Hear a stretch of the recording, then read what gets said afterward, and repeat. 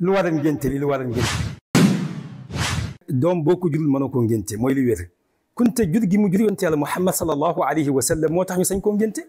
demal ci téere bi ñu naan ishamatul ali kunta wala nga dem ci traif wa taraib bu say sax sidi Muhammadul Khalifa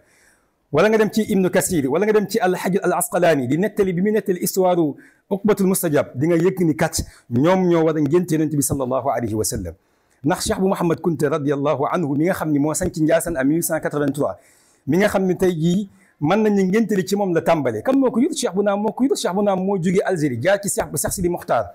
ñëw Sénégal en 1800 bi mu ñëwee Sénégal toog fi ci la am njaboot te caata mooy Cheikh bu Kunta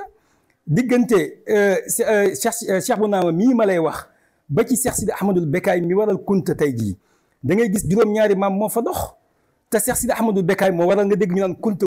tey jii Cheikh Sidi Ahmadul Bekaay moom la ñu denc ca walaata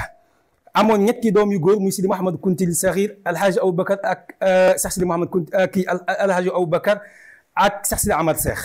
ñett ñooñu ñoo tasaare Kunta ba mu tey agsi fii Cheikh Sidi Ahmadou Bekaay moom Sidi Mouhamad Kunta moo ko jur Sidi Mouhamad moo waral sax ñu naan Kunta parce que way juróom Sidi Aline bi mu ñëwee jóge ca Algérie jaar Tunisie ñëw ca Sahara bi njëkk a dugg ci Sahara bi doon def siyaaqa lan mooy siyaaqa di wër di tas l'islam di jàngale alquranul karim ñëw dajeeg soxna su baax soos nga xam mooy Hawi bintu Ali Mouhamad ibnu Kunta ibnu Dam bi mu ko ñëwee jël ko ci ñu am ci Sidi Mouhamad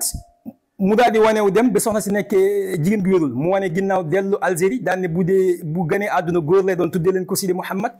ñu tuddee ko Sidi Mouhamad maamam bi jur yaayam ñu koy wax Kunta tuddoon Kunta ñu koy dàkk naan Kunta nga gis ci Sidi Mouhamad moom la jógee diggante Sidi Mouhamad mii ak way juróom Sidi Aline ba ci Uqbatu Musta juróom-ñaari maam la kenn ku ci nekk mën na la wax fu mu tëdd ñii ñu ngi nekk Mustaana ñii ñu denc leen fële ci Tunisie ñii ñu denc leen sa Algérie kenn ku ci nekk ñu ngi ziar xabaroom ba ci ki nga xam ne mooy Aqib mi nga xam ne ñii naan turam mooy Aqib ñi naan Amru mii doomu Uqbatul Mustajab nga xam ne ñii ne ñu ngi ko denc ca Xayrawaan ñii ne ñu ngi ko denc ca Walaata ndax boo nee Walaata di nga fa fekk benn jumaa ju mag yoo xam ne gu yàgg la waaye ñu ngi fa denc benn góor yàlla ñu ne kii mooy Aqib doomu Uqbatul Mustajab nga gis ni Uqba moomu ci histoire ñëpp xam nañu Uqba ndax moom laa la wax sànq ne boo demee ci téere Alhajr al Asqalaani mu ngi koy nettal ci histoire Uqba bi nga xam ni kat jamono Ousmane yabaloon na ko waaye bi fi Ousmane jóge ba ci jamono Muawiya gis nga ci jamono Yazid ñu baal ma ci nga gis ni kat ci la ko yabal ngir mu tijji Afrique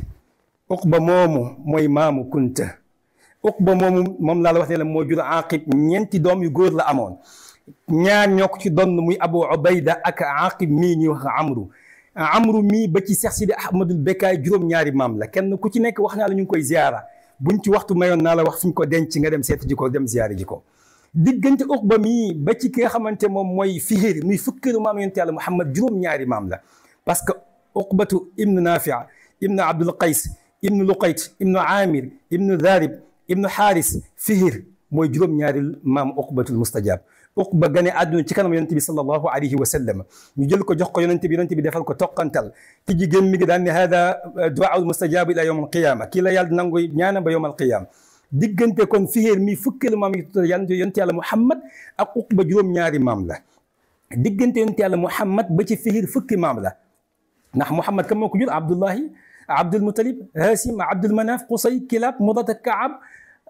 Ghalib Fihir mooy fukkeelu maam yonente yàlla Muhammad sallallahu alayhi wa sallam kon kan moo gën a jege Fihir Uqba moo gën a jege Fihir kon da ngay gis ni kat mooy ku la gën a jege sa maam moo la gën a yey ñoom ñu ne sañ nañu ngénte kon yonent yàlla Muhammad sallallahu alayhi wa sallam lii mooy ngénte li